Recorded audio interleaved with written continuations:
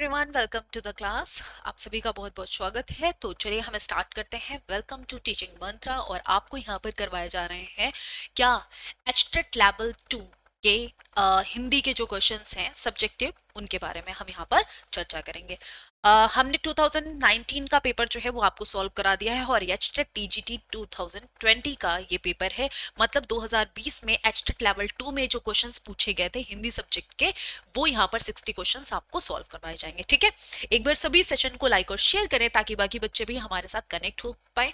और क्योंकि 60 क्वेश्चंस हैं, हम चाहते हैं आप आराम से टाइम्स के अंदर अंदर कवर कर लें, तो इसलिए हम बिना मतलब की कोई बात नहीं करेंगे। जो जरूरी है वो आपको बताया जाएगा। ठीक है, और ये क्वेश्चंस क्योंकि आपको पता है 2020 का पेपर है, पीवाईक्यू है आपके लिए, तो आप पहले भी अगर आप तैयारी करने हैं सही तरीके से तो आपने जरूर इनको पहले भी सॉल्व किया होगा। तो आप सभी कमेंट सेक्शन में अपना आंसर देना बिल्कुल मत भूलिएगा। जरूर कमेंट सेक्शन में साथ ही साथ आंसर देते रहिए। ठीक है, सभी के आंसर्स देखे जा रहे हैं, ऐसा नहीं किसी के आंसर नहीं देखा जाएगा। तो ये कोई ना कहे कि अरे ये ऐसा है वैसा है। चुपचाप आप आराम से कमेंट सेक्शन में आंसर दें, क्वेश्चन सुने, अगर नहीं आता है तो उसका आंसर देखें।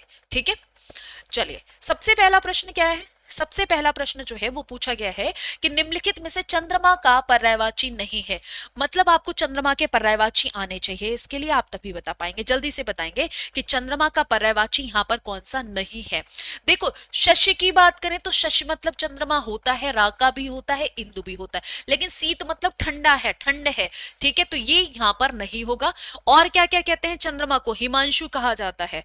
ठीक है, हिमांशु कहा जाता है, राकापति कहा जाता है। ठीक है, बिल्कुल, रजनीपति कहा जाता है। ये सब क्या है, शशांक कहा जाता है। ये सभी के सभी चंद्रमा के पर्यायवाची हैं। ये क्या है, सभी के सभी चंद्रमा के पर्यायवाची हैं। निम्नलिखित में से माधुर्य गुण का उदाहरण नहीं है। लाली बंद सरल कपोलों की आंखों में अंजन सी लगती, कुछ कुंचित अलकों सी घुंघराली मन की मरोर बनकर जगती। इसमें माधुर्य गुण है। कंकन किंकिन नुपुर धुन सुन कहत लखन सन राम हृदय गुण।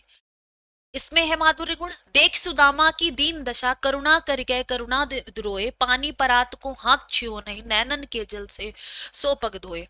चौथा है नील सरोरहु श्याम तरुण अरुण बारिज नयन, करहु सो मोह उर धाम सदा क्षीर सागर शयन। अब आपको बताना इन चारों में से कौन सा ऐसा विकल्प है जिस जो माधुर्य गुण युक्त है, जो कैसा है, जो माधुर्य गुण का उदाहरण है। सभी के सभी कमेंट सेक्शन में अपना आंसर जरूर दें, जल्दी से बताएं कौन सा ऑप्शन आपका यहाँ पर करेक्ट है।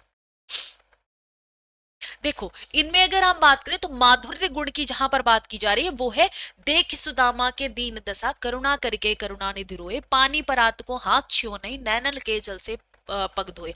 इसमें अगर अलंकार की बात की जाए तो यह अतिशयोक्ति अलंकार है, क्योंकि यहाँ पर बात की गई है कि सुदामा जी की दीन दशा देखकर जो कान्हा जी हैं, वो कृष्ण जी हैं, वो मतलब उनके इतना ज्यादा रोए हैं कि उनके पैरों को उन्होंने अपने आंसुओं से ही धुल दिया। पानी की जरूरत, जो परात में पानी था उसको छुआ ही नहीं। उन्होंने निज भाषा शब्द का व्यवहार किया है। मिली जुली आम फहम राष्ट्रभाषा आदि शब्दों का नहीं। प्रत्येक जाति की अपनी भाषा है और वह निज भाषा की उन्नति के साथ उन्नत होती है। आचार्य हजारी प्रसाद द्विवेदी का यह कथन किस विद्वान के प्रति है, बताओ किस विद्वान के प्रति इस कथन का प्रयोग किया गया है, जल्दी से बताएंगे।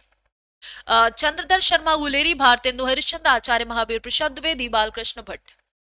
निज भाषा उन्नति है सब उन्नति को मूल, बिन निज भाषा ज्ञान के मिटे न ही को सूल। तो ये किसका है, भारतेंदु हरिश्चंद्र जी का। ठीक है, तो उन्होंने निज भाषा शब्द का व्यवहार किया है। मिली जुली आम फहम राष्ट्रभाषा आदि शब्दों का नहीं।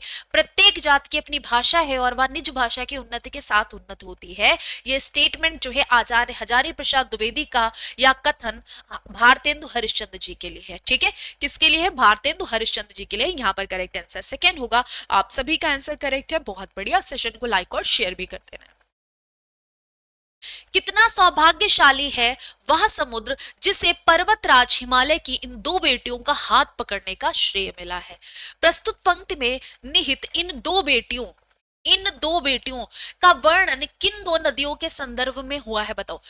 समुद्र जिसे पर्वतराज हिमालय की इन दो बेटियों, मतलब हिमालय से कौन सी दो नदियां निकलती हैं, बताओ।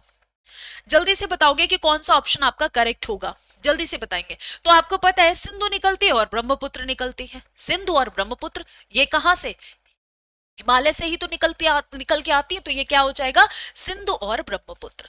क्या हो जाएगा, सिंधु और ब्रह्मपुत्र। गंगा गंगोत्री से निकलती है, यमुना यमुनोत्री से निकलती है।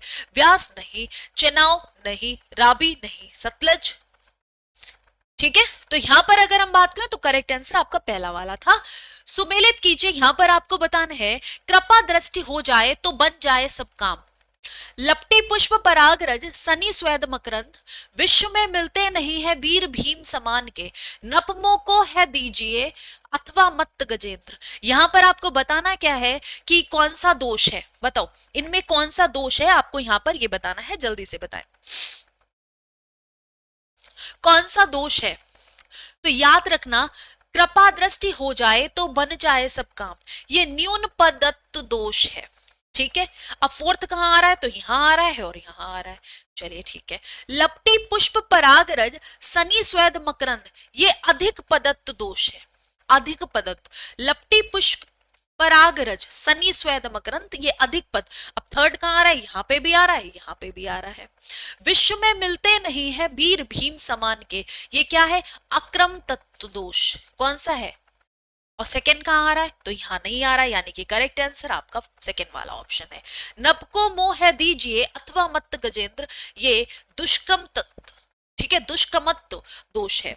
नेक्स्ट देखिए, वह चिड़िया जो कविता के रचयिता कौन है, वह चिड़िया जो कविता के रचयिता पूछा गया है कि इसके रचयिता कौन है। सभी कमेंट सेक्शन में अपना आंसर जरूर दें, ठीक है, और सेशन को ज्यादा से ज्यादा लाइक करें, क्योंकि ये एचटेट के प्रीवियस ईयर क्वेश्चंस हैं, तो आप सभी के लिए आने वाले एग्जाम के लिए तो महत्वपूर्ण है ही है।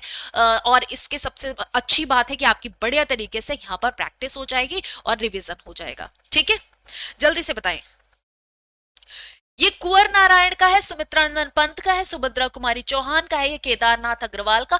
तो वह चिड़िया जो, ये केदारनाथ अग्रवाल का है। किसका है, केदारनाथ अग्रवाल की कविता है। बिछौना के मूल शब्द एवं प्रत्यय की बात करना है, मतलब बिछौना में कौन सा मूल शब्द है और कौन सा प्रत्यय है, इसकी बात करनी है। जल्दी से बताएं, बिछौना में कौन सा मूल शब्द और आपका कौन सा प्रत्यय है। बिछौना में कौन सा मूल शब्द और मूल तत्व है, जल्दी से बताएं। बिछाना, बिछ, बिछाना, बिछा, तो बिछाधन होना तो होगा नहीं। बिछौना, पहली बात तो औ लगा है, और कहां आ रहा है, सिर्फ यहां आ रहा है। तो बिछाना और औना, मतलब बिछाना मूल शब्द है, औना प्रत्यय है, दोनों को मिलाकर बना है कौन सा शब्द, बिछौना बना है। तो कौन सा ऑप्शन करेक्ट हो जाएगा, थर्ड वाला ऑप्शन आपका यहां पर करेक्ट होगा। नेक्स्ट देखिए, सुमेलित कीजिए, हे शरण दायिनी देवी, तू करती सबका त्राण है, तू मातृभूमि संतान हम, तू जननी तू प्राण है।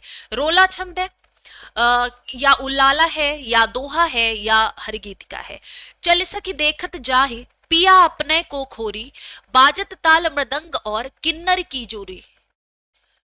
बाजहि जू बाजन सकल सुरनव, पुहुप अंजलि बर वही, थकी रहे व्योम विमान मुनिजन, जैसा वध करि हर्षहि।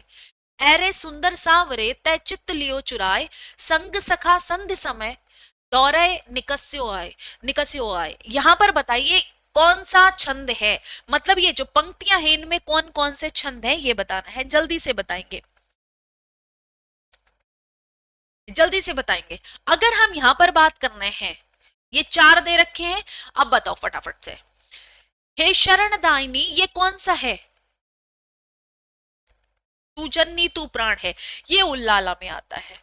ठीक है, और हम यहां पर बात करें चल सखी, ये कौन सा है, चल सखी देखत जाहि पिया अपने को खोरी, ये रोला छंद है। फर्स्ट का सेकंड, मतलब काका सेकंड कहाँ आ रहा है, तो काका सेकंड यहां आ रहा है, यहां आ रहा है, दो, ये तो दोनों कैंसिल हो गए। ठीक है, अब सेकंड का फर्स्ट कहाँ आ रहा है, तो इन दोनों में ही आ रहा है। चलो ठीक है, बाजई जू बाजन सकल सुरनब पुहुप अंजल ये हरिगीतिका है। हरिगीतिका के प्रत्येक चरण में 28 मात्राएं होती है, ये ध्यान रखना। ठीक है, आप अगर करेंगे तो यहां पर आपको मिल जाएंगी 28। और ये वाला कौन सा है भाई, अरे सुंदर सांवरे, तो ये तो दोहा है, ये समझ में आया या ये भी नहीं आया, ये समझ में आया या ये भी नहीं आया। अरे सुंदर सावरे तय चित्त लियो चुराए, संग सखा संध्य समय द्वारा एक निकसियो आहे। तो ये दोहा है, दोहा में आपको पता है कि पहले और दूसरे में कितनी, पहले और तीसरे में कितनी कितनी मात्राएं, 13 13, और दूसरे और चौथे में 11 11 मात्राएं होती हैं, तो ये ध्यान रखिएगा। रोला में प्रत्येक चरण में 24 मात्राएं होंगी, आप इनको काउंट करके देख लेना, प्रत्येक चरण में आपको 24 मात्राएं मिल जाएंगे। ठीक है,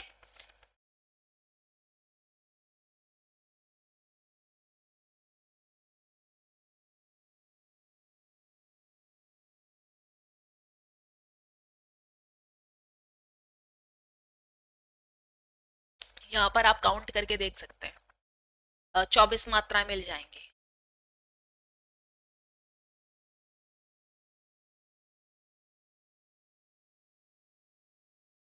ओ, 2 2 4 2 6 2 8 2 10, 11 12 13 14 15 16 17 18 19 20 21 22 23 24। ठीक है, प्रत्येक चरण में 24 मात्राएं, ये रोला हो गया। और ऐसे ही आप मात्राएं काउंट करके भी कर सकते हैं, थोड़ा टाइम लगेगा लेकिन आप बता सकते हैं। ठीक है, निम्नलिखित में से किस अनुच्छेद उपबंध में यह कहा गया है कि संविधान प्रारंभ के 15 वर्ष तक की अवधि के लिए संघ की शासकीय प्रयोजनों के लिए अंग्रेजी भाषा का प्रयोग किया जाता रहेगा? आपको ये पता होना चाहिए कि संविधान के किस भाग में भाषा के बारे में दिया है, कौन कौन से अनुच्छेद भाषा से संबंधित हैं, ये पता होना चाहिए। और कमेंट सेक्शन में आप ये कमेंट करके बताएंगे किस भाषा में राजभाषा के बारे में लिखा हुआ है, किस भाग में, और कौन कौन से अनुच्छेद भाषा से संबंधित है, ये बताइए। और यहां पर कौन सा ऑप्शन करेक्ट होगा ये भी बताइए। तो अनुच्छेद 43, 343(2) में, अनुच्छेद 343 में यह उपबंध किया गया है कि संविधान प्रारंभ के 15 वर्ष तक की अवधि के लिए संघ के शासकीय प्रयोजन के लिए अंग्रेजी भाषा का प्रयोग किया जाता रहेगा। ठीक है, तो यहाँ पर करेक्ट आंसर अनुच्छेद 343 का 2। जो घनीभूत पीड़ा थी मस्तक में स्मृत सी छाई, दुर्दिन में आंसू बनकर बा आज बरसने आई, ये कौन सा अलंकार है? विरह विकल बिनु ही लिखी पाती दई पठाए, आक बिहिनियो आक बिहिनियो सुचित सूने वाचत जाए, अरुण सरोरु कर चरण द्रग खंजन मुख चंद, समय आय सुंदर सरद काहि न करत आनंद, मेरे जीवन की उलझन बिखरी थी उनकी अलके पी, ली मदिरा किसने थी बंद हमारी पलके। अब ये बताओ, विभावना है, असंगति है, श्लेष है, रूपक, मतलब इन पंक्तियों में कौन कौन से अलंकार है, मैच करना है आपको। ध्यान से पढ़ लो, समझ में आ जाएगा। एक दो आते हो तो पहले उनको मैच कीजिए, आपको समझ में आ जाएगा कि कौन सा ऑप्शन आपका करेक्ट होगा। फटाफट से बताएं, जल्दी से बताइए।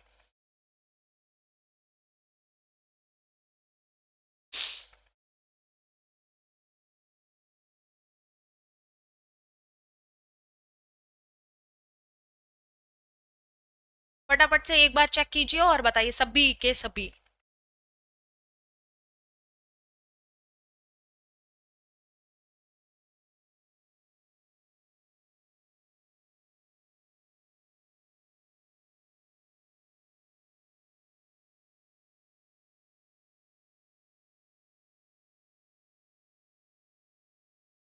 देखो, अरुण सरोरु कर चरण द्रग खंजन मुख चंद, समय आय सुंदर सरद काहि न करत आनंद, ये तो रूपक अलंकार है। ये क्या, कौन सा है? ये तो रूपक अलंकार है। एक बार और चेक कर लो और आपको पता चल जाएगा कि ये तो रूपक अलंकार है। अच्छा, ये रूपक अलंकार हो गया, तो अब बताइए दूसरा। दूसरा, ये पहले तो थर्ड का देख लो कहां पर आ रहा है रूपक अलंकार। तो यहां पर आ रहा और यहां पर आ रहा, यानी ये दोनों तो कैंसिल आउट हो गए। चलिए ठीक है। अच्छा, हम यहां पर बात करें, जो घनी भी पीड़ा थी मस्तक में स्मृति सी छाई, दुर्दिन में आंसू बनकर वह आज बरसने आई, ये इसमें श्लेष अलंकार है, कई अर्थ छुपे हुए हैं। ठीक है, दुर्दिन की अगर हम बात करें तो इसमें कई अर्थ दे रहा है, तो ये क्या हो जाएगा, ये श्लेष अलंकार हो जाएगा, यानी कि करेक्ट आंसर आपका पहला वाला होगा। और अगर हम इसमें बात करें अरुण सरोवर, ये फर्स्ट वाला है। विरह विकल बिनु ही, ये कौन सा है, ये विभावना अलंकार है। ठीक है, ये कौन सा है, विभावना अलंकार है। मेरे जीवन की उलझन बिखरी थी, इसमें कौन सा है, इसमें असंगति अलंकार है। ठीक है, पुष्प पुष्प से तंद्रालस लालसा खींच लूंगा मैं, अपने नवजीवन का अमृत सहर्ष सींच दूंगा मैं, प्रस्तुत पंक्तियों के रचयिता कौन है? आपको बताना है कि ये जो पंक्तियां दे रखी हैं इसके रचयिता कौन है। कमेंट सेक्शन में आंसर देना बिल्कुल मत भूलें, जल्दी से बताएं। पुष्प पुष्प से तंद्रालस लालसा खींच लूंगा मैं, अपने नवजीवन का अमृत सहर्ष सींच लूंगा मैं, ये सूर्यकांत त्रिपाठी निराला की पंक्तियां हैं। किसकी? सूर्यकांत त्रिपाठी निराला की पंक्तियां हैं। निम्नलिखित में से काक वक्रोक्ति का उदाहरण नहीं है? वक्रोक्ति उदाहरण जो है वो दो प्रकार का होता है। ठीक है, उनमें से एक होता है काकुवक्रोक्ति। अब यहां पर बताओ, वल्लभ विचारिकै सुनु रीसानी अली, ऐसे समय नाथ परदेस ते न आएंगे। भरत भूप सिय राम लखन बन सुनि सानंद सहोगो, पुर परिजन अवलोक मातु सब सुख संतोष लहोगो। हैरी लाल तेरे सखी ऐसी निधि पाई कहाँ, हैरी खगयान कहो हो तो नहीं पाले हो। मैं सुकुमारी नाथ बन जोगू, तुम्हें उचित तप मोह कहाँ भोगू। यहां पर बताओ कौन सा ऑप्शन आपका करेक्ट होगा।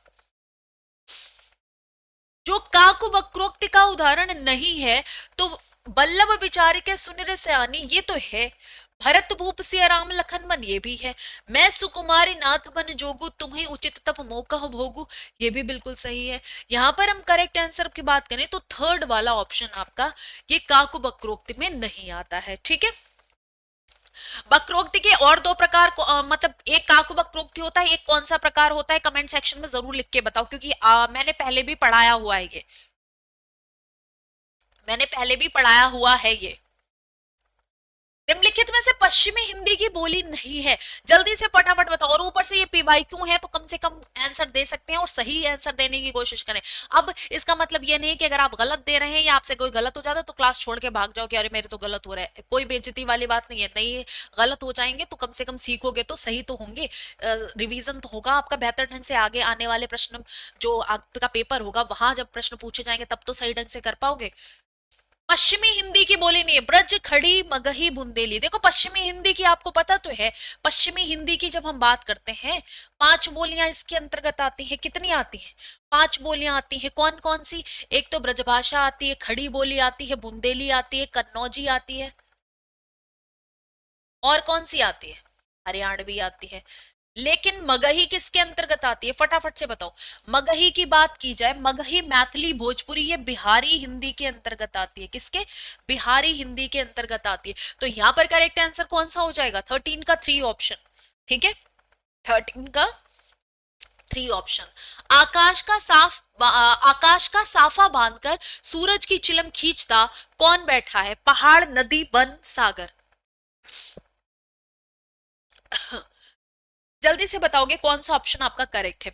देखो पहाड़ है, पहाड़ है, आकाश का साफा बांधा, सूरज की चिलम खींचता, पहाड़ों के पीछे से सूरज निकलते हुए आते हैं और ऊपर उनके पहाड़ के ऊपर क्या होते हैं? आकाश होते हैं, तो ऐसा लगता है। ठीक है, तो यहां पर पहाड़ हो जाएगा।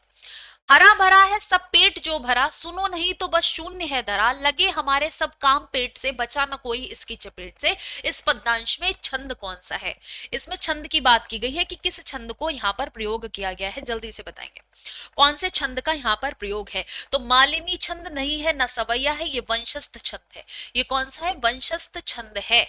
ठीक है, छंद जो है वो थोड़े से तो टिपिकल होते हैं, लेकिन एक बार अगर आप समझने की कोशिश करोगे, ये टॉपिक अगर आपने पढ़ लिया, फिलहाल तो मैंने आपको करवाया हुआ है, अगर आपने ये ढंग से पढ़ लिया तब आपको कोई दिक्कत नहीं होगी, छंद भी आपको समझ में आ जाएंगे। ठीक है, पीआरटी लेवल के लिए तो जरूरत नहीं पड़ते देखो, लेकिन एचटेट के लेवल 2 और लेवल 3 की अगर हम बात करें तो इस तरीके के प्रश्न आपको पढ़ने आएंगे ही आएंगे, तो इस तरीके के टॉपिक्स आपको पढ़ने पड़ेंगे और थोड़े डीप में जाके।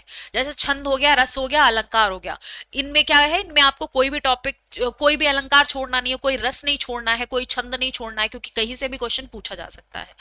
ये बताओ, निम्नलिखित में से राष्ट्रीय सांस्कृतिक कविता के प्रतिनिधि कवियों में सम्मिलित नहीं है, सम्मिलित नहीं है वो बताने हैं, तो फटाफट से बताएं।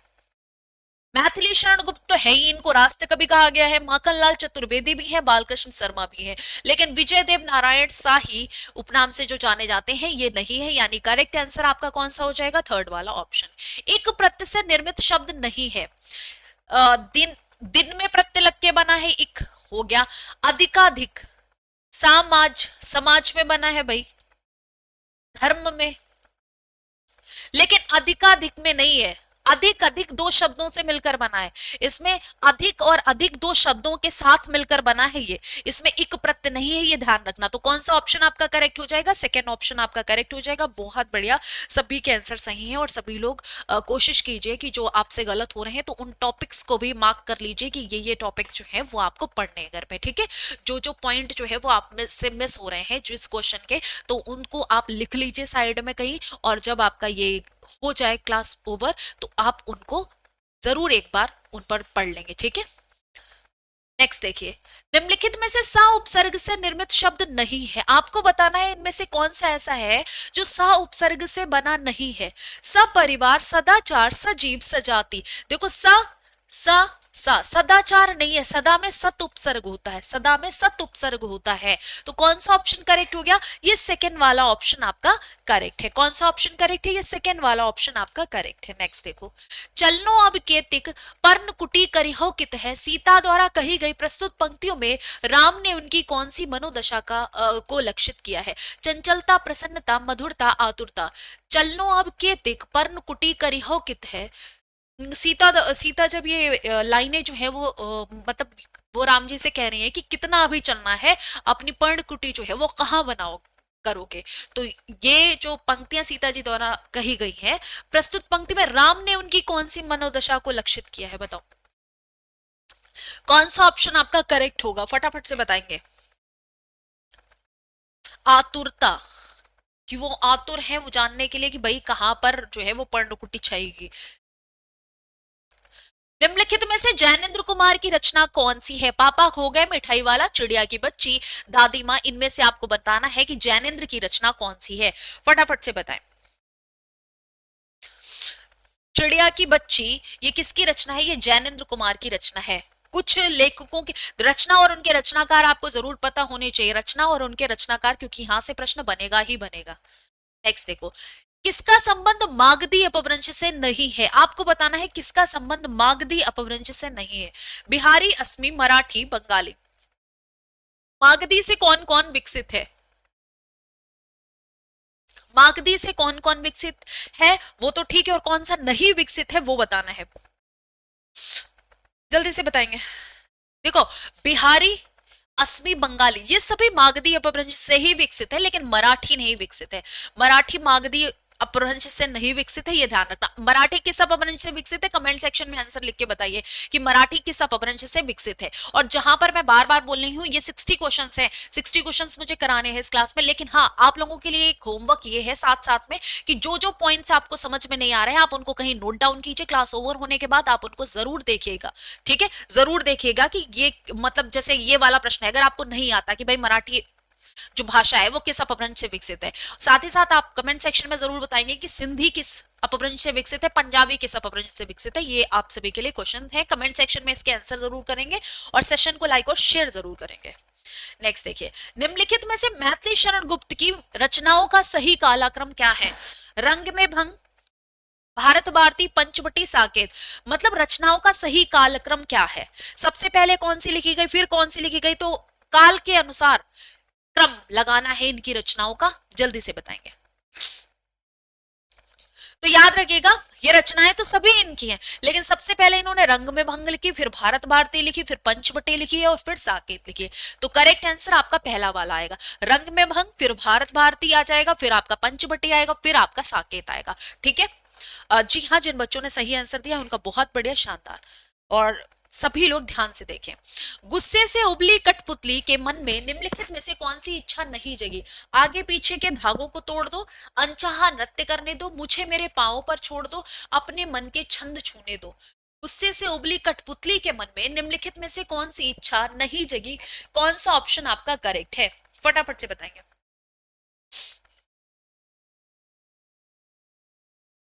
अनचाहा नृत्य करने दो, कौन सी इच्छा नहीं जगी? अनचाहा नृत्य करने दो, इसकी इच्छा नहीं जगी है। कैसे कहूं कि मनुष्यता एकदम समाप्त हो गई? कैसे कहूं कि लोगों में दया माया रह ही नहीं गई? जीवन में जाने कितनी ऐसी घटनाएं हुई हैं जिन्हें मैं भूल नहीं सकता। उक्त कथन किस रचनाकार का है? ये स्टेटमेंट वाले क्वेश्चंस जो है वो पूछे ही जाते हैं, तो आप स्टेटमेंट जरूर पढ़ के जाएं, जो बहुत ज्यादा बार पूछे गए हैं, रिपीट हुए हैं। ठीक है, उनको तो एटलीस्ट आपको पढ़ के जाना ही जाना है। जल्दी से बताएं। तो ये हजारी प्रसाद द्विवेदी जी का स्टेटमेंट है। ठीक है, तुम्हें बताऊंगी कि हमारे समय और तुम्हारे समय में कितनी दूरी हो चुकी है, यहाँ तक कि बचपन की दिलचस्पियां भी बदल गई हैं। प्रस्तुत पंक्तियों की लेखिका कौन है? ये चारों बहुत इंपॉर्टेंट है, ये चारों बहुत इंपॉर्टेंट हैं आपके एग्जाम के पॉइंट ऑफ व्यू से, या जो भी हिंदी लिटरेचर में ये चारों बहुत महत्वपूर्ण हो जाते हैं। जल्दी से बताएं कौन सा ऑप्शन आपका करेक्ट है।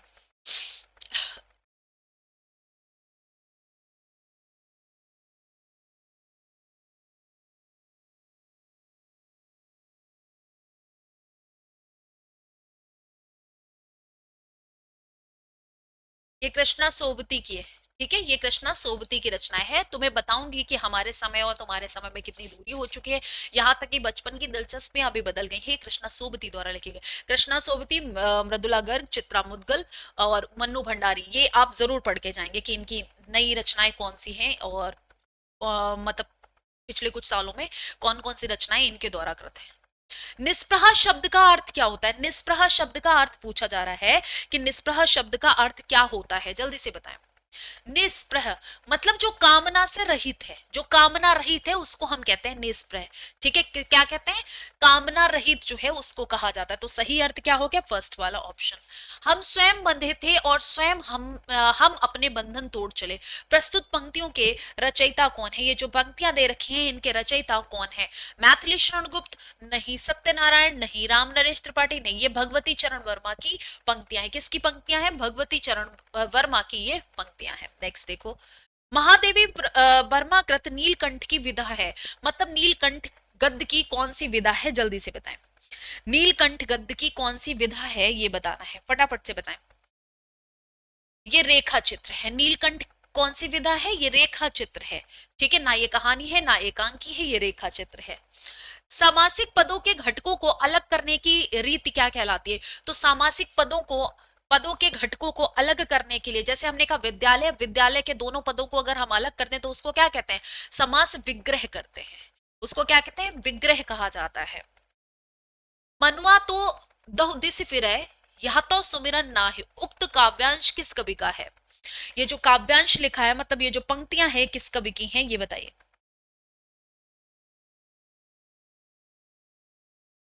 ये पंक्तियां किसकी हैं? मनवा तो दो दिस फिरै, यह तो सुमिरन नाय, ये कबीरदास जी की पंक्तियां हैं। कबीरदास जी की एक ही रचना है बीजक, जिसमें कबीरवाड़ी का संकलन बीजक नाम से किया है इनके शिष्य धर्मदास ने, और उसको 3 भागों में बांटा गया है। साखी सबद रामायण में इनकी भाषा पंचमेल खिचड़ी साधु किड़ी थी, ये भी ध्यान रखेंगे। ठीक है, ये किस शाखा के कवि हैं? तो ये भक्ति काल के निर्गुण शाखा के, कौन सी?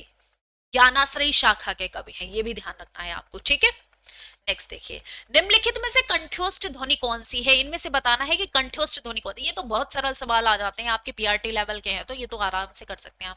जल्दी से बताएं यहाँ पर कौन सा ऑप्शन करेक्ट होगा, और सेशन को लाइक और शेयर जरूर करें। सेशन को लाइक और शेयर जरूर करें। ठीक है, और कमेंट सेक्शन में अपने आंसर भी दे दिया करें प्यार से। कंठोष्ठ की आ कंठ से उच्चारित है, ई तालु से उच्चारित है, ऊ ओष्ठ से उच्चारित है, लेकिन आ और ऊ से मिलकर बना ओ, ये कंठोष्ठ है। ठीक है, ये कंठ से, ये तालु से, ये ओठ से, ये क्या है? कंठोष्ठ है। निम्नलिखित में से रस की विशेषता नहीं है। रस की विशेषता क्या नहीं है? ब्रह्म स्वाद सहोदर, स्वप्रकाशानंद, लोक चमत्कार प्राण, या अखंड है। कौन सा ऐसा है जो रस की विशेषता नहीं है, वो बताना है। जल्दी से बताओगे कि कौन सा ऑप्शन आपका यहाँ पर करेक्ट है। लोक चमत्कार प्राण, ये रस की विशेषता नहीं है। लोक चमत्कार प्राण, ये रस की विशेषता नहीं है, ये ध्यान रखिएगा। तो कौन सा ऑप्शन करेक्ट हो जाएगा? थर्ड वाला ऑप्शन आपका करेक्ट होगा।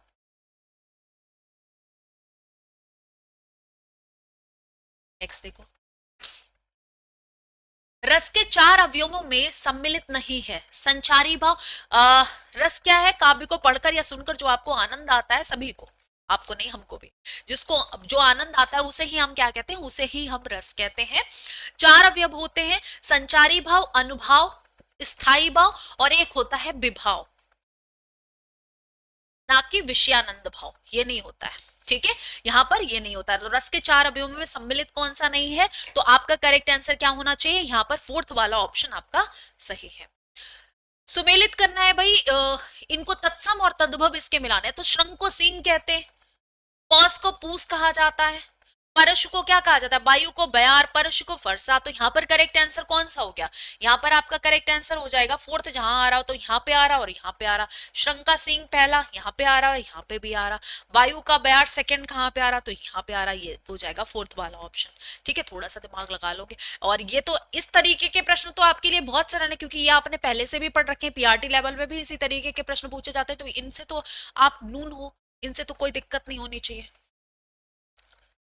निम्नलिखित में से किस विद्वान ने कहा कि मनोवैज्ञानिक तथ्य के अनुसार हार की मनोवृत्ति में दो बातें संभव हैं, या तो अपनी आध्यात्मिक श्रेष्ठता दिखाना या भोग विलास में पड़कर हरि को भूल जाना। भक्ति काल में लोगों में प्रथम प्रकार की प्रवृत्ति पाई गई है। मतलब किस विद्वान का स्टेटमेंट है कि मनोवैज्ञानिक तथ्य के अनुसार हार की मनोवृत्ति में दो बातें संभव हैं। जब हम हारते हैं तो हमारे दिमाग में जो दो तरीके की बातें हो सकती हैं, या तो अपनी आध्यात्मिक श्रेष्ठता दिखाना, या तो हम अध्यात्म में विलीन हो जाएं, या भोग विलास में पढ़कर हम भगवान को भूल जाएं। तो भक्ति काल में लोगों में प्रथम प्रकार की प्रवृत्ति पाई जाती थी कि मतलब हार की मनोवृत्ति में वो क्या करते थे, आध्यात्मिक श्रेष्ठता दिखाना। पहले जो भक्ति काल के लोग थे वो इस पर निर्भर करते थे। तो यहां पर बताओ ये किस पंक्तियां किसकी हैं, ये पंक्तियां किसकी हैं ये बताना है। ये बाबू गुलाब राय की पंक्तियां हैं। किसकी पंक्तियां हैं? ये बाबू गुलाब राय की पंक्तियां हैं। किसकी पंक्तियां हैं? बाबू गुलाब राय की पंक्तियां हैं। ठीक है, जल्दी से फटाफट से इनको लिख लो। और मैं बार बार बता रही हूं कि जहां पर आपको समझ ना आए, ठीक है, जहां पर आपको समझ ना आए, कोई पॉइंट समझ नहीं आ रहा, कोई क्वेश्चन का आप समझ नहीं पा रहे, तो उस क्वेश्चन का स्क्रीनशॉट लें और क्लास ओवर होने के बाद सबसे पहले उस क्वेश्चन को चेक करें जाके कि ये कैसे हुआ। ठीक है, क्योंकि यहाँ पर हमें पूरा क्वेश्चन पेपर जो है वो सॉल्व करवाना है। और ये PYQs हैं। कुछ टॉपिक्स ऐसे हैं जैसे जो हम कहें हिंदी ग्रामर, हिंदी ग्रामर आप अक्सर पढ़ते रहते हैं, आपको करवाई जाती है, लेकिन हिंदी लिटरेचर के लिए आपको बढ़िया तरीके से पढ़ना पड़ेगा। आप जाहिर सी बात है आपका सब्जेक्ट रहा है तो आपने ये चीजें पढ़ी होंगी, लेकिन हाँ किस तरीके के क्वेश्चन पूछे जा रहे हैं तो ये आप जरूर देखें। बाकी अगर कोई चीज आपसे मिस हो रही है कि आपको नहीं आ रही हो तो उसको लिख लें, उसको स्क्रीनशॉट ले लें और जब आपकी क्लास ओवर हो जाए तो उसको देखें। ठीक है, साथ ही साथ क्लास को शेयर भी करते रहें बाकी बच्चों के पास। और यहाँ पर आपको जितने भी 2019 से लेकर 2025 तक जितने भी पेपर्स हुए हैं एचटेट लेवल सेकेंड के, वो सभी आपको मिल जाएंगे एक साथ। तो आप सभी ने अगर अभी तक हमारे चैनल को सब्सक्राइब नहीं किया है तो जरूर से जरूर करें। ठीक है, चलिए यहां पर करेक्ट आंसर थर्ड हो जाएगा। निम्नलिखित में से देवनागरी लिपि की विशेषता नहीं है। आपको हमारी लिपि कौन सी है? हमारी लिपि कौन सी है? देवनागरी लिपि है हमारी। अब यहाँ पर बताना क्या है कि विशेषता उसकी कौन सी नहीं है। स्वरों और व्यंजनों का वैज्ञानिक क्रम, प्रत्येक ध्वनि के लिए अलग चिन्ह, मात्राओं के प्रयोग में एक रूपता, सुंदर और सुगठित लिखावट। यहाँ पर बताओ कौन सा ऑप्शन आपका करेक्ट होगा। मात्राओं के प्रयोग में एक रूपता देवनागरी लिपि की विशेषता नहीं है, तो ये देवनागरी लिपि की विशेषता नहीं है। मात्राओं के प्रयोग में एक रूपता कैसी है? मात्राएं अलग अलग जगह पर प्रयोग होती हैं, मात्राएं अलग अलग जगह पर प्रयोग होती हैं, एक रूपता उनमें नहीं आ सकती, तो यहां पर ये गलत है। नेक्स्ट देखो, निम्नलिखित में से किस वाक्य में समुच्चय बोधक अव्यय नहीं है? मैं समुच्चय बोधक अव्यय आपको पता है, अव्यय की जब हम बात करते हैं, अव्यय अविकारी शब्द है और अविकारी शब्द चार प्रकार के होते हैं, जिनमें से एक प्रकार है समुच्चय बोधक अव्यय। समुच्चय बोधक अव्यय दो शब्दों, वाक्यों, वाक्यांशों को जोड़ने के लिए जो हम शब्द प्रयोग करते हैं वो समुच्चय बोधक अव्यय होते हैं, जैसे और, एवं, तथा आदि शब्द हो गए। मैं आया और वह गया, मैं जाऊंगा या वह जाएगा, वह बैठकर खाना खा रहा था, उसने कहा तो था लेकिन इतना स्पष्ट नहीं, तो यहां पर वह बैठकर खाना खा रहा था, इसमें कोई समुच्चय बोधक अव्यय नहीं है। इसमें कोई समुच्चय बोधक अव्यय है? मुझे तो नहीं दिख रहा। इसमें कोई भी समुच्चय बोधक अव्यय नहीं है। कौन सा ऑप्शन करेक्ट हो जाएगा? तो आपका थर्ड ऑप्शन करेक्ट हो जाएगा, इसमें कोई समुच्चय बोधक अव्यय नहीं है। किस मुहावरे का अर्थ अत्यंत प्रसन्न होना नहीं है? नहीं है। प्रश्न जब भी आए, मैं बार बार बोलती हूँ इन प्रश्नों पर ज्यादा ध्यान दें, क्योंकि कई बार क्या होता है कि आप है वाला लगा आए, खाली इतना देखा कि अत्यंत प्रसन्न होना, बाद में पूछे, बाद में देखा ही नहीं कि पूछा क्या गया है, नहीं पूछा गया है या है पूछा गया है। तो यहाँ पर इस चीज को आपको ध्यान रखना है। ठीक है, बाग बाग होना, पेट फूलना, फूल कर कुप्पा होना, फूले ना फूला ना समाना। यहाँ पर बताओ अत्यंत प्रसन्न होने का अर्थ कौन सा निकल कर नहीं आ रहा है? जल्दी से बताएं, फटाफट से बताएं कौन सा ऑप्शन आपका करेक्ट होगा। तो बाग बाग होना, गार्डन गार्डन होना मतलब एकदम खुश हो जाना, फूल कर कुप्पा हो जाना मतलब बहुत ज्यादा खुश हो जाना, फूले ना समाना मतलब बहुत ज्यादा खुश है, एकदम आनंदित। लेकिन पेट फूलना मतलब नहीं होता है। अत्यंत प्रसन्न होना नहीं है तो पेट फूलने का अत्यंत प्रसन्न होना से कोई मतलब नहीं है। यहाँ पर कौन सा करेक्ट हो जाएगा? Second option. निम्नलिखित में से सही शब्द रूप है, परिणत का सही शब्द रूप क्या है? मतलब इसकी शुद्ध वर्तनी कहां पर है? जल्दी से बताएंगे सभी। कौन सा ऑप्शन आपका करेक्ट है? कमेंट सेक्शन में अपना आंसर जरूर लिखें, ठीक है? कमेंट सेक्शन में अपना आंसर जो है वो जरूर लिखें। जल्दी से बताएं फटाफट से कि कौन सा ऑप्शन आपका यहाँ पर करेक्ट है बेटा जी।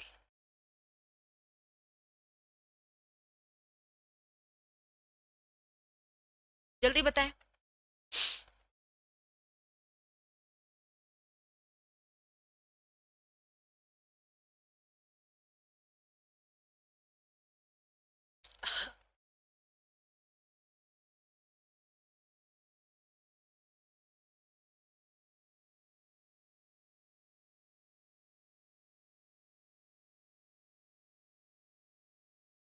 चलिए, यहाँ पर अगर हम बात करें सही शब्द रूप कौन सा है, तो ये तो सरल सा है, ये किसी का तो गलत होना नहीं चाहिए, ये किसी भी बच्चे का गलत तो होना चाहिए। जल्दी बताइए। परिणीति, पहली बात तो गलत हो गया, परिणीति गलत है, परि ये भी गलत है, एक ही ऑप्शन ही सही है, परिणति, ठीक है, परिणति ये आपका सही है। नेक्स्ट देखो, सुमेलित करना है स्थित्यर्थक पूर्ण अकर्मक क्रिया, गत्यर्थक पूर्ण एक कर्मक क्रिया, द्विकर्मक क्रिया। अब बताओ यहाँ पर कौन सा ऑप्शन करेक्ट होगा, मैच करना है।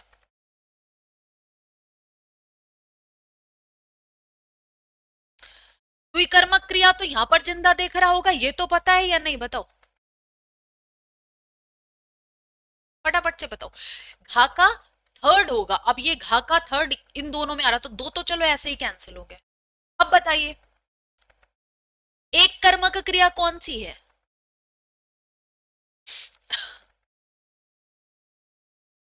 लड़का तालाब में तैर रहा है, ये कौन सी क्रिया है? लड़का तालाब में तैर रहा है। अकर्मक क्रिया तो छांटिए, इसमें अकर्मक क्रिया कौन सी है?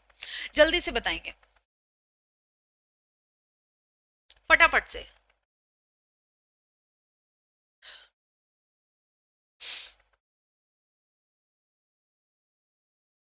इनमें से बताओ कौन सा ऑप्शन। अब इन दोनों में से तो देखो, यहां पर अगर हम बात करें पुस्तक पढ़ता है, तो ये क्या है, गत्यर्थक पूर्ण है, पुस्तक पढ़ता है। एक कर्मक क्रिया कौन सी हो जाएगी?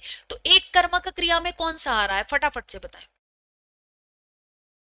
एक कर्मक क्रिया में कौन सा आ रहा है, फटाफट से चलो बताओ।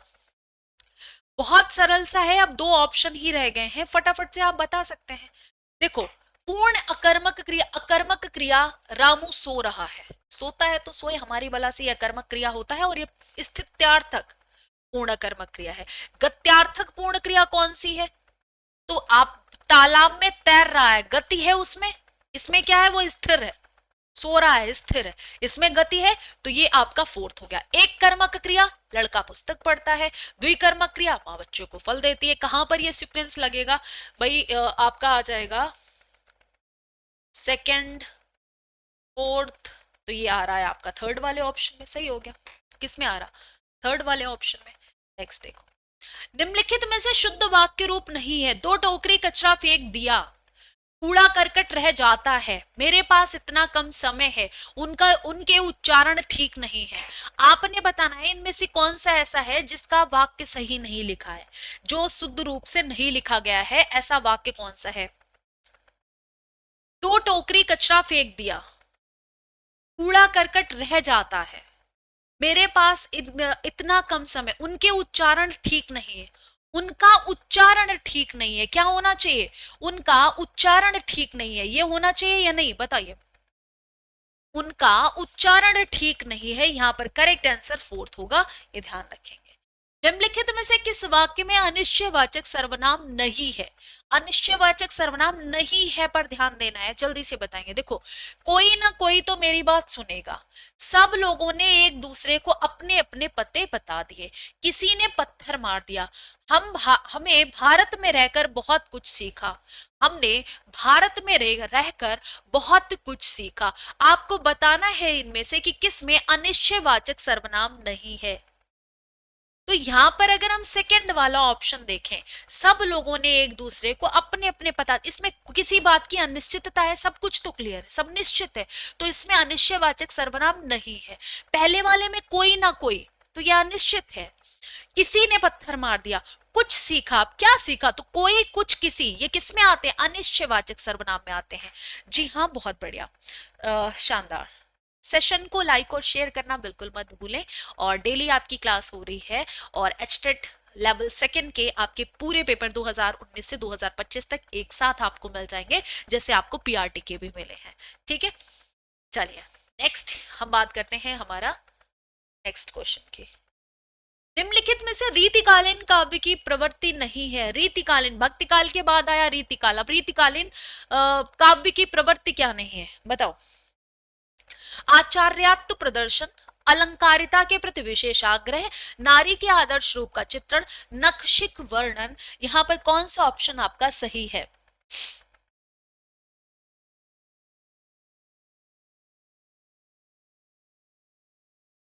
काव्य की प्रवृत्ति नहीं तो आचार्यत्व प्रदर्शन बिल्कुल है, अलंकारिता के प्रति विशेषाग्रह, नक्शिक वर्णन भी है, नारी के आदर्श रूप का चित्रण नहीं है। नारी के आदर्श रूप का चित्रण इसमें नहीं मिलता है, किसमें? रीतिकालीन काव्य में।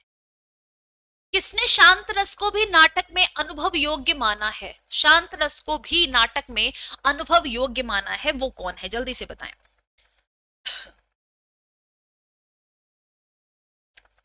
दंडी, उद्भट, भामा, बामन। तो याद रखना शांत रस को भी नाटक में अनुभव योग्य माना है, ये उद्भट है। ठीक है, ये बताइए, सुमेलित करना है। अशिष्ट, राजस्थानी, अस्वस्थ, प्राचीन। अगर हम प्राचीन की बात करें तो ये क्या है? प्राचीन कालबोधक गुणवाचक विशेषण है। घा का सेकंड कहाँ आ रहा है? घा का सेकंड भाई इन दोनों में आ रहा है। ठीक है, अस्वस्थ क्या है? अस्वस्थ दोषबोधक है या नहीं? स्वस्थ कहाँ आ रहा है? जल्दी से, यहाँ आ रहा है, तो यानी करेक्ट आंसर फोर्थ होगा। अशिष्ट कौन सा हो जाए? राजस्थानी क्या है? ये स्थान बोधक है। अशिष्ट क्या है? दोष बोधक गुणवाचक विशेषण है। करेक्ट आंसर कौन सा हो जाएगा? आपका फोर्थ वाला ऑप्शन यहाँ पर बिल्कुल करेक्ट होगा। उम्मीद है कि ये क्वेश्चन तो आप सभी ने सही किया होगा, किसी का गलत नहीं रहा होगा। चलिए ठीक है, देखो ये जो मतलब जो हिंदी ग्रामर्स हैं वो तो गलत नहीं होने चाहिए। हिंदी लिटरेचर का तो चलो मान सकते हैं, और लेकिन आपका वो भी नहीं माना जा सकता क्योंकि आपका वो सब्जेक्ट रहा है, और सब्जेक्ट पे इतनी कमांड तो होनी चाहिए। और बाकी ये प्रीवियस ईयर क्वेश्चन है तो इसलिए मैं कोशिश करती हूँ, मैं तुम लोगों से उम्मीद करती हूँ कि गुंजाइश है कि गलत ना करो। ठीक है, क्योंकि ये पीवाईक्यू है, वो भी 2020 का। अगर आप पेपर दे रहे हैं तो जाहिर सी बात है पीवाईक्यू करे होंगे, अगर नहीं करे हैं तो अब कर लें, क्योंकि यहाँ पर आपको एक साथ सभी पीवाईक्यूज मिल जाएंगे हर पेपर के अलग अलग। विशेषण से निर्मित भाववाचक संज्ञा। विशेषण से, लड़का से बना है, राष्ट्र से बना है, बड़ा से बना है, लिखना क्रिया है। आपको बताना क्या है कि विशेषण से निर्मित आपका भाववाचक संज्ञा कौन सा है? कौन सी ऐसी है जो विशेषण से निर्मित है, ये बताओ। बड़ा, ये क्या है? विशेषण से। राष्ट्र, लड़का, लिखावट, ये अलग है, लेकिन बड़ा क्या है? बड़प्पन। बड़ा किससे बना है? विशेषण से। हाथ पैर का कांपना, स्तंभ, रोमांच, मुख व्यवर्ण, स्वर परिवर्तन इत्यादि किस रस के अनुभव है? भयानक, वीर, हास्य या करुण। हाथ पैर का कांपना, स्तंभ, रोमांच, मुख व्यवर्ण, स्वर परिवर्तन इत्यादि किस रस के अनुभव है? यहाँ पर आपको ये बताना। रस के चार भाग होते हैं, अनुभव, विभाव, संचारी भाव और स्थायी भाव। जल्दी से बताएं। ये भयानक रस के अनुभव है। हाथ पैरों का कांपना, स्तंभ, रोमांच, मुख व्यवर्ण और क्या है? स्वर में परिवर्तन हो जाना। ठीक है, निम्नलिखित में से किस विकल्प में उपसर्ग मूल शब्द के साथ जुड़कर विपरीत अर्थ प्रदान कर रहा है? मतलब उपसर्ग मूल शब्द से जुड़कर उसका उल्टा अर्थ दे रहा है, वो कौन सा है ये बताइए। अधिवास, अपयश, अनुकरण, प्रबल। यश, यश का उल्टा क्या हो जाएगा? अपयश। तो यश में उपसर्ग अप लग गया और क्या बना दिया? इसका विलोम शब्द बना दिया। तो कौन सा ऑप्शन आपका यहाँ पर करेक्ट हो जाएगा बताइए? कौन सा ऑप्शन आपका यहाँ पर करेक्ट हो जाएगा? तो यहाँ पर यश का अपयश हुआ है, यानी कि अपयश। चलिए, सेशन को लाइक और शेयर जरूर करें। मैं बार बार आपको याद दिला देती हूँ कि यहाँ पर 2019 से लेकर 2025 तक सभी पेपर्स का सॉल्यूशन कराया जाएगा। सभी पेपर्स आपको मिल जाएंगे एक साथ। तो आप कोशिश करें कि अगर आप लाइव क्लासेस नहीं ले पाते हैं तो आप बाद में क्लासेस को देख सकते हैं। ठीक है, बाद में क्लासेस को देख सकते हैं। आप हमारे टेलीग्राम चैनल को ज्वाइन कर सकते हैं, लिंक पिन कर दिया गया है। और इसके अलावा आप कमेंट सेक्शन में आंसर जरूर दिया करिए। अगर आप कोशिश किया कीजिए कि आप आंसर जरूर दें, ताकि आप को जो चीजें आप यहाँ पर जब आंसर देते हैं और अगर वो गलत हो जाता है तो आपको याद रहता है कि ये सही था, हमने गलत दे दिया था। बात ये होती है, और आपके यहाँ पर आके कोई बेइज्जती नहीं हो जाती है अब गलत। कुछ लोग ऐसे हैं कि जो दो आंसर गलत दे देंगे फिर भाग जाएंगे कि अरे मुझे तो आ ही नहीं रहा, सबको क्या लगेगा कि मुझे बिल्कुल कुछ नहीं आता। इससे कोई फर्क नहीं पड़ता। ठीक है, यहाँ पर कौन क्या है, कोई रिश्तेदार तो बैठा नहीं है तुम्हारा, तो आराम से पढ़ो। ठीक है, जिसके आंसर आते हो उनके आंसर दो, अगर कुछ नहीं आ रहा है तो वो सीखो। ठीक है, और ये PYQs है तो कम से कम इनके आंसर्स आपको जरूर पता होने चाहिए। और जो पॉइंट आपको समझ नहीं आता, जो क्वेश्चन समझ नहीं आ रहा है, उसको स्क्रीनशॉट लो, क्लास के बाद उसको देखो। ठीक है, क्योंकि इनमें से बहुत सारे क्वेश्चंस होंगे, डेफिनेटली मैं 100% श्योर हूँ कि कुछ चीजें आपको समझ में नहीं आई होंगी। स्पेशली जो छंद से रिलेटेड और अलंकार से रिलेटेड क्वेश्चन आज के थे, वो आपको मतलब कुछ अलंकार वाली तो मान सकती हूँ, लेकिन रस वाले तो कुछ बच्चों को नहीं आए होंगे, तो उनको पॉइंट आउट करो और वो छंद एक बार पढ़ने की कोशिश कीजिए। हरिवंश राय बच्चन द्वारा रचित आत्मकथा खंडों का शीर्षक नहीं है।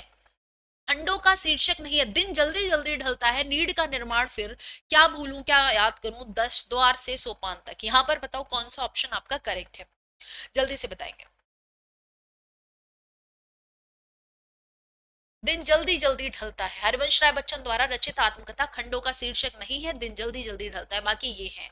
ठीक है, तनचित उर्मन राजा कीना, तनचित उर्मन राजा कीना, यह सिंगल बुद्धि पद्मिनी चीन्हा, गुरु सुआ जय पंथ दिखावा, बिन गुरु जगत को निर्गुण पावा। उक्त पंक्तियों में पद्मावत की कौन सी विशेषता परिलक्षित है? पद्मावत मलिक मोहम्मद जायसी के द्वारा जो लिखी गई है। विरह का अतिरंजित वर्णन, लौकिक प्रेम द्वारा अलौकिकता का संकेत, नारी विषय अनुदात तब धारणा, धार्मिक असहिष्णुता। यहाँ पर बताइए कौन सा ऑप्शन आपका करेक्ट है, जल्दी से बताएंगे। लौकिक प्रेम द्वारा अलौकिकता का संकेत, लौकिक प्रेम द्वारा अलौकिकता का संकेत यहाँ पर करेक्ट है। नेक्स्ट देखो, निम्नलिखित में से स्पर्श संघर्षी महाप्राण व्यंजन, स्पर्श भी हो संघर्षी भी हो महाप्राण भी हो। स्पर्श व्यंजन 25 होते हैं, ये पता होगा। संघर्षी व्यंजन कितने हैं? 4 हैं। महाप्राण कौन कितने हैं? महाप्राण तो प्रत्येक वर्ग का दूसरा और चौथा वर्ण। ठीक है, चलो ये हो गया। अब आपको ये चीज पता है, जो स श स ह, ये क्या होते हैं? ये महाप्राण है। ठीक है, ठीक है, ये क्या है? महाप्राण है। लेकिन ये स्पर्शी नहीं है, लेकिन ये स्पर्शित कहाँ है? ये तो क्या है? ये सिर्फ संघर्षी है, सिर्फ संघर्षी है, स्पर्शी नहीं है। कौन से ये? लेकिन अगर हम संघर्ष स्पर्शी की बात करें, संघर्ष संघर्षी भी है और स्पर्शी भी है, स्पर्श संघर्षी की बात करें तो च छ ज झ। ठीक है, अब यहाँ पर जो दूसरा और चौथा वर्ण है, ये क्या है? ये महाप्राण भी है। यानी कि कौन सा? छा या झा कहीं दिया है, ये छा लिखा है। ठीक है, छा या झा कहीं दिया है, तो छा यहाँ पर क्या हो जाएगा? Correct answer. छायावादी काव्य की विशेषता के दृष्टिकोण से निम्नलिखित में से कौन सा विकल्प पूर्णतः सही है? यहां पर यह बताना है, जल्दी से देखें। आत्माभिव्यंजना तथा दुख और वेदना की विवृत्ति, राष्ट्र प्रेम की अभिव्यक्ति तथा अमानवाद अमानवतावाद, नारी गरिमा की प्रतिष्ठा तथा असामान्यवाद, लाक्षणिकता एवं रहस्यवाद का अभाव। तो आत्माभिव्यंजना तथा दुख और वेदना की विवृत्ति, ये पूर्णतः सही है छायावादी काव्य के बारे में। छायावादी यानी शुक्ल। जो समझने योग्य ना हो उसको क्या कहते हैं? उद्दाम अबूझ हे लोच। कौन सा ऑप्शन आपका यहाँ पर करेक्ट होगा, जल्दी से बताएं कौन सा ऑप्शन आपका यहाँ पर करेक्ट होगा? तो उसे अबूझ कहा जाता है, जो समझने योग्य नहीं है वो अबूझ है। क्या है? अबूझ। बूझ जो समझने योग्य है। चंद छंद वर्णन की महिमा, भाषा वशिष्ठ योग, नसिकेतो पाख्यान तो फिलहाल सबको पता होगी, ये पंडित सदल मिश्र की है। तो इससे बनना है काम, लगाओ। नहीं बन रहा काम क्योंकि 3 में आ रहा है। ठीक है, तो ये खाली कैंसिल हुआ, 3 तो वैसे रहे। अब चंद छंद वर्णन की महिमा, ये गंग कवि यानी कि 4th, क्या ये सही है? जल्दी से बताएं, क्या ये सही है? बिल्कुल सही है बेटा, बिल्कुल सही है। चंद छंद वर्णन की महिमा ये हो गए। भाषा वशिष्ठ योग, राम प्रसाद निरंजनी, श्री पद्म पुराण जी, भाषा वाचनिक दौलत राम। ठीक है, नेक्स्ट देखो, विपद जाल का सही संधि विच्छेद क्या है? विपद जाल का सही संधि विच्छेद बताना है, क्या होगा? फटाफट से बताओ। तो विपद जाल या विपद जाल, फटाफट से कौन सा ऑप्शन आपका यहाँ पर करेक्ट होगा? तो विपद जाल, ता जो है वो जा में परिवर्तित हो जाएगा, ठीक है। पदुमलाल पुन्नालाल बख्शी, अयोध्या सिंह उपाध्याय, आचार्य हजारी प्रसाद द्विवेदी, डॉक्टर राम स्वरूप चतुर्वेदी।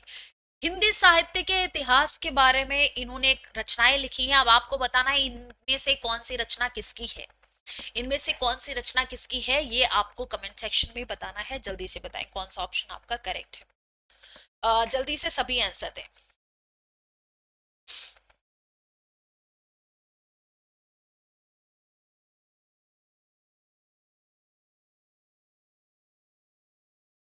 फटाफट से। पद्मलाल पुन्नालाल बख्शी की हिंदी साहित्य और विमर्श, हिंदी साहित्य और विमर्श। अयोध्या सिंह उपाध्याय हरिऔध की हिंदी भाषा और उसके साहित्य का विकास। यानी कि आपका करेक्ट आंसर ये है भाई, फोर्थ वाला ऑप्शन, ठीक है। आचार्य हजारी प्रसाद द्विवेदी, हिंदी साहित्य की भूमिका, हिंदी साहित्य और संवेदना का विकास। उपन्यास और उनके लेखक मैच करना है, ठीक है। उपन्यास और उनके लेखकों का सही से मैच करना है। दिल एक सादा कागज, धरती धन्ना, जाग मच्छंदर गोरख आया, नागफनी का देश। यहाँ पर कौन सा ऑप्शन आपका करेक्ट है? जल्दी से बताइए।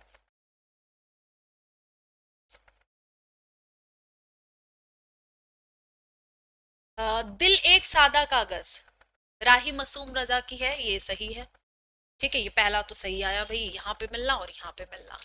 धरती धन्ना ये जगदीश चंद्र का है, ये हो गया। जाग मच्छंदर गोरख आया विशंबर नाथ उपाध्याय का, ये नागफनी का देश अमृत राय अपना। तो यहाँ पर कौन सा ऑप्शन करेक्ट हो जाएगा? सेकेंड वाला ऑप्शन आपका करेक्ट है। चलिए यहाँ पर बताइए, निम्नलिखित में से सही युग्म का चयन कीजिए। रस भरा रस से भरा, पतित पावन पतितों में पावन, रसोई घर रसोई का घर, धनहीन धन से हीन, पतित पावन पतितों में पावन, रस भरा। सही युग्म आपको बताना है। रस भरा रस से भरा, बस ये सही। पतित पावन पतितों में पावन नहीं, ठीक है।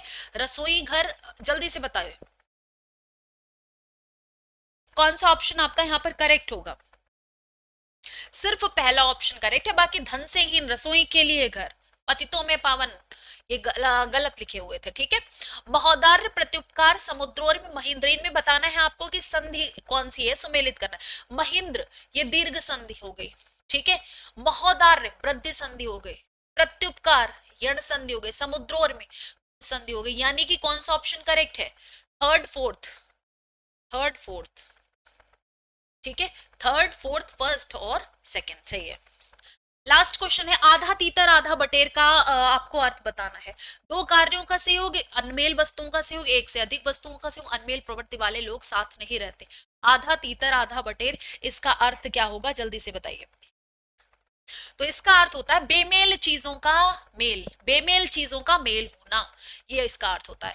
आई होप आपको सभी क्वेश्चंस जो है क्वेश्चंस के आंसर पता लग गए हैं और समझ में आई होंगी चीजें। बाकी मैंने आपको बताया जो चीजें समझ में नहीं आई उसको स्क्रीनशॉट लो, उसको घर पे बाद में देखो, ठीक है। मिलेंगे हम नेक्स्ट पेपर के साथ। ये था आपका एचटेट 2020 में जो आपके प्रश्न पूछे गए थे हिंदी सब्जेक्ट से, उसके पूरे 60 क्वेश्चन, ठीक है। अब हम मिलते हैं नेक्स्ट 2021 में जो आपका लेवल 2 का पेपर हुआ था एचटेट का, उनके क्वेश्चंस के साथ। Thank you so much. सभी लोग सेशन को एक बार लाइक और शेयर करें। बाकी हम मिलते हैं नेक्स्ट सेशन में। Thank you. राधे राधे।